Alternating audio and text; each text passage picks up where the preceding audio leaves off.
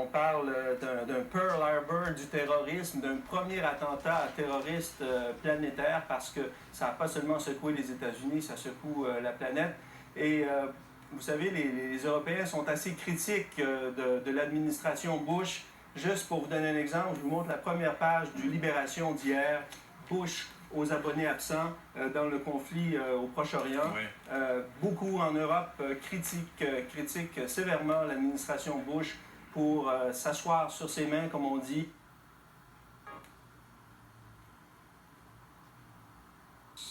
Country respond. The President could not have spoken more accurately in that final remark there. A great nation is being tested. And the President reassures the nation and anybody else in the world who will hear this that the nation will pass the test. And there is no doubt about that, I think. Is on the phone with us now. He was on the 54th floor, I'm told, of one of the World Trade Center buildings when one of the planes was flown into it. Mr. Knowles, you're safely at home?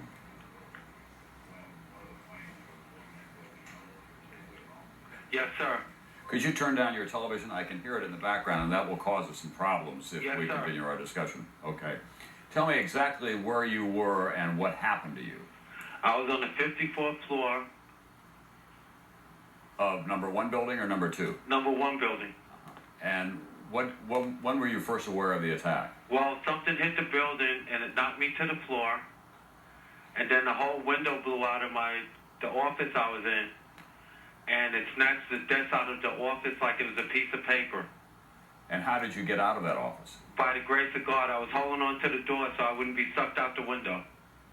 And then did you go down the stairs? Yeah, going down the stairs was really rough because it was from the 30th floor down, it was water. The sprinklers was on. And then I pray to God for the people in the wheelchairs because they couldn't get out. They were sitting there waiting for somebody to carry them down. How many people did you see like that, Mr. Knowles? 2 people. They were invalids. You know, they couldn't get out the wheelchairs. It wasn't a regular wheelchair. It was the kind of wheelchair where they do everything in a wheelchair. It was a heavy mechanical wheelchair of some kind. Yes, sir.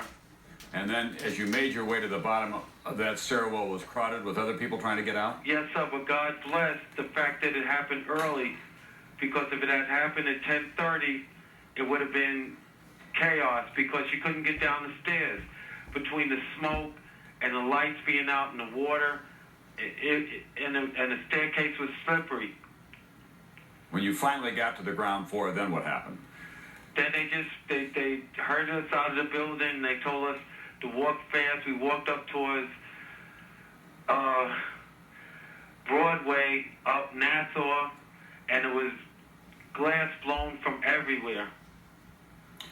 When you were in your office when the first explosion occurred, that was the first building that was hit? Yes, sir. And were there lots of people in the building at that hour? It was a good amount of people, but not lots. It was not full to capacity? No, thank God. And were there other people who, so far as you could tell, were either seriously hurt or killed in the first explosion that you could find? No, everybody I seen was mobile. They were able to get out the building. You know, people coughing, people fell on the stairs. They weren't hurt from the explosion. They were hurt trying to get out of the building. Okay, Mr. Knowles, we wish you the very best, and by the grace of God, you were able to get out of there, and we know that this has been a difficult time for you, but we thank you for sharing your experience with us today. Thank you. Going to go to Washington now. Senator John McCain, who has declared this an act of war on the United States. It's already being described as a kind of 21st century Pearl Harbor, Senator McCain. I think that's accurate in many respects. Canada and between the U.S. and Mexico, but in all the states where there are military bases, including North Carolina. All of the military bases prepared for un effondrement de la section touchée par le feu, et à ce moment-là, tout le bâtiment s'est écroulé un étage par an. Mais est-ce que je vous suis bien? Est-ce que vous impliquez que le premier incident aurait pu affaiblir déjà ou quoi? C'est ce qu'on est en train de vérifier. On est en train de vérifier c'est exactement comment le bâtiment a été construit. La première information qu'on a, c'est qu'il y aurait un corps de béton à l'intérieur avec des colonnes périphériques et des trustes qui se situent entre le corps de béton et puis les colonnes. On est un peu troublé par le fait que les planchers n'auraient pas été détruits par l'impact, mais on est en train de valider cette information-là. Oui. Oui, merci beaucoup, M. Dehaene. Merci. Merci infiniment. Bon, Christine, qu'est-ce que vous avez de nouveau? Ben, écoutez, on pourrait peut-être revoir là, justement le tableau de ces appareils dont on a perdu le contrôle au cours de l'avant-midi et qui amenait...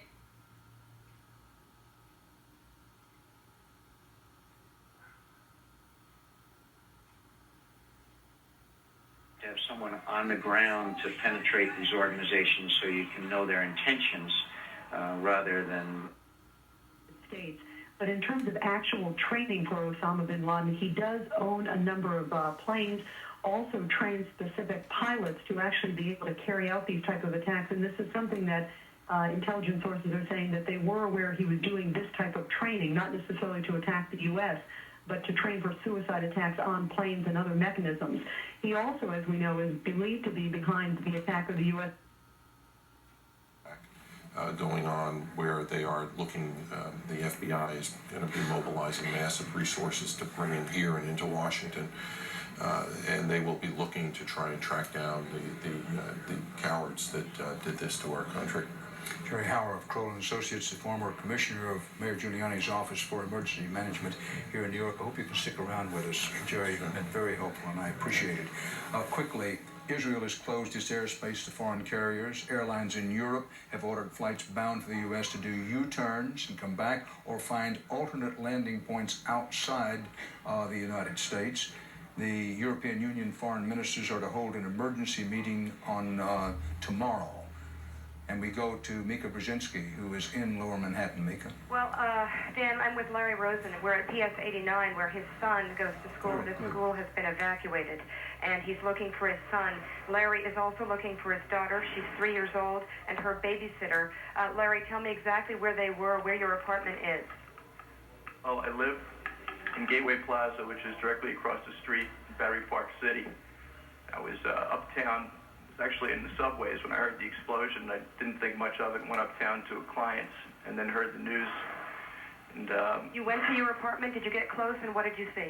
Well, I went back to my apartment from uptown, and the windows were blown in and there was soot all over.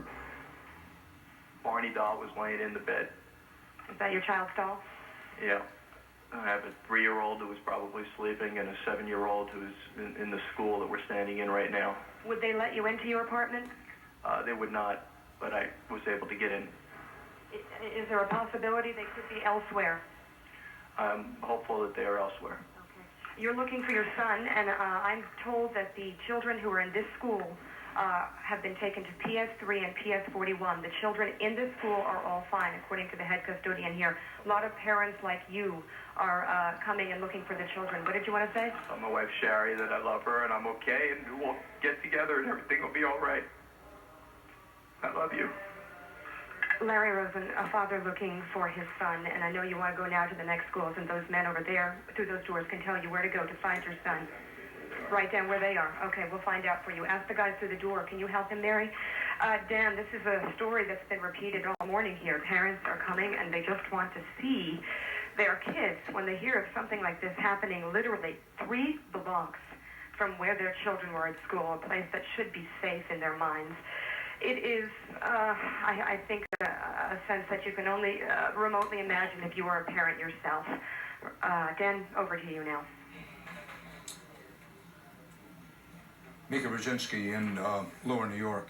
By the way, it was mentioned earlier that the border between the United States and Mexico was being closed, and it may have been mentioned at that time, if so erroneously, that the border with Canada was being closed. The border with the United States and Canada is the longest unguarded frontier in the world. And we're now told that the U.S.-Canadian border remains open. I underscore the word open in case there was any misunderstanding about that. Now, it's happened today. We've had, and I have in front of me just notes because such a confusing situation, the attack on the Twin Towers of the World Trade Center here in New York. the Pentagon hit, and there have been fatalities at the Pentagon. We're not sure how many, but the Defense Department has, after a while, acknowledged that there have been some fatalities and some injured at the Pentagon. Then at Somerset, Pennsylvania, that's in the Pittsburgh area, an air crash there. And then a mysterious air crash in and around the Camp David, Maryland retreat